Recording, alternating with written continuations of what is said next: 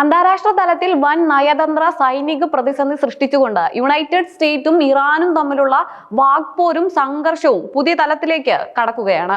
തന്നെ വധിക്കാൻ ഇറാന്റെ ഭാഗത്തു നിന്ന് എന്തെങ്കിലും തരത്തിലുള്ള നീക്കം ഉണ്ടായാൽ ഇറാനിലേക്ക് 1000 മിസൈലുകൾ തൊടുക്കാൻ സജ്ജമാക്കി നിർത്തിയിട്ടുണ്ടെന്ന കനത്ത ഭീഷണിയുമായി US പ്രസിഡന്റ് ഡൊണാൾഡ് ട്രംപ് രംഗത്തെത്തിയതോടെ മിഡിൽ ഈസ്റ്റിൽ വീണ്ടും ഒരു യുദ്ധഭീതി നിഴലിക്കുകയാണ്.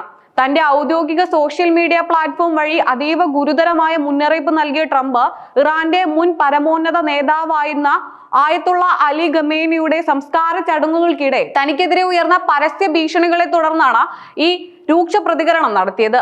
ഇറാന്റെ ഭാഗത്തു നിന്ന് വധശ്രമം ഉണ്ടായാൽ പ്രയോഗിക്കാനായി 1000 മിസൈലുകൾ നിലവിൽ ലോഡ് ചെയ്ത് കഴിഞ്ഞുവെന്നും ആവശ്യമെങ്കിൽ പ്രയോഗിക്കാൻ ആയിരക്കണക്കിന് മിസൈലുകൾ വേറെയും സജ്ജമാണെന്നും വ്യക്തമാക്കിയ അദ്ദേഹം ഇറാൻ രാജ്യം ഇതുവരെ കാണാത്ത തരത്തിലുള്ള കടുത്ത പ്രത്യാക്രമണം നേരിടേണ്ടി വരുമെന്ന് തുറന്നടിച്ചു. ഇറാന്റെ വധഭീഷണിയുള്ളവരുടെ പട്ടികയിൽ താൻ വളരെ കാലമായി 1ാം സ്ഥാനത്തുണ്ടെന്ന് ട്രംപ് സമ്മതിക്കുന്നുണ്ടെങ്കിലും നിലവിൽ ഉടനടി വധശ്രമം ഉണ്ടാകുമെന്ന തരത്തിലുള്ള കൃത്യമായ രഹസ്യാന്വേഷണ വിവരങ്ങളൊന്നും ലഭിച്ചിട്ടില്ലെന്നും അദ്ദേഹം കൂട്ടിച്ചേർത്തു.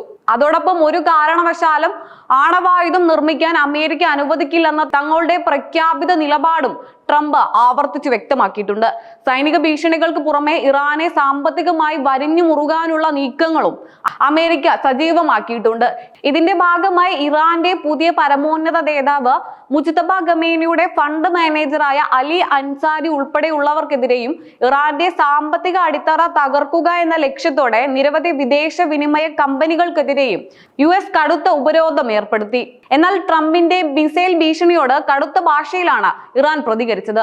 മുൻപ് ഒപ്പുവെച്ച ധാരണാപത്രത്തിലെ വ്യവസ്ഥകൾ ലംഘിക്കാൻ അമേരിക്ക മുതിർന്നാൽ അതേ നാണയത്തിൽ തന്നെ തിരിച്ചടിക്കുമെന്നും തങ്ങളുടെ പരമാധികാരം സംരക്ഷിക്കാൻ ശക്തമായി പ്രതിരോധിക്കുമെന്നും ടെഹ്റാൻ മുന്നറിയിപ്പ് നൽകി. കൂടാതെ US-മായി ചർച്ചകൾ തുടരാൻ ഇറാൻ ആവശ്യപ്പെട്ടെന്ന ട്രംപിന്റെ അവകാശവാദം പൂർണ്ണമായും തള്ളിയ ഇറാൻ അത്തരം യാതൊരു ആവശ്യവും മുന്നോട്ട് വെച്ചിട്ടില്ലെന്ന് വ്യക്തമാക്കി. കഴിഞ്ഞ കുറച്ച് ദിവസങ്ങളായി മിഡിൽ ഈസ്റ്റിൽ US-ഉം ഇറാനും തമ്മിൽ വ്യോമാക്രമണങ്ങളും പ്രത്യാക്രമണങ്ങളും നടന്നതിന്റെ തുടർച്ചയാണ് നയതന്ത്ര തലത്തിൽ ഈ പുതിയ പോര് മുറുകുന്നത്.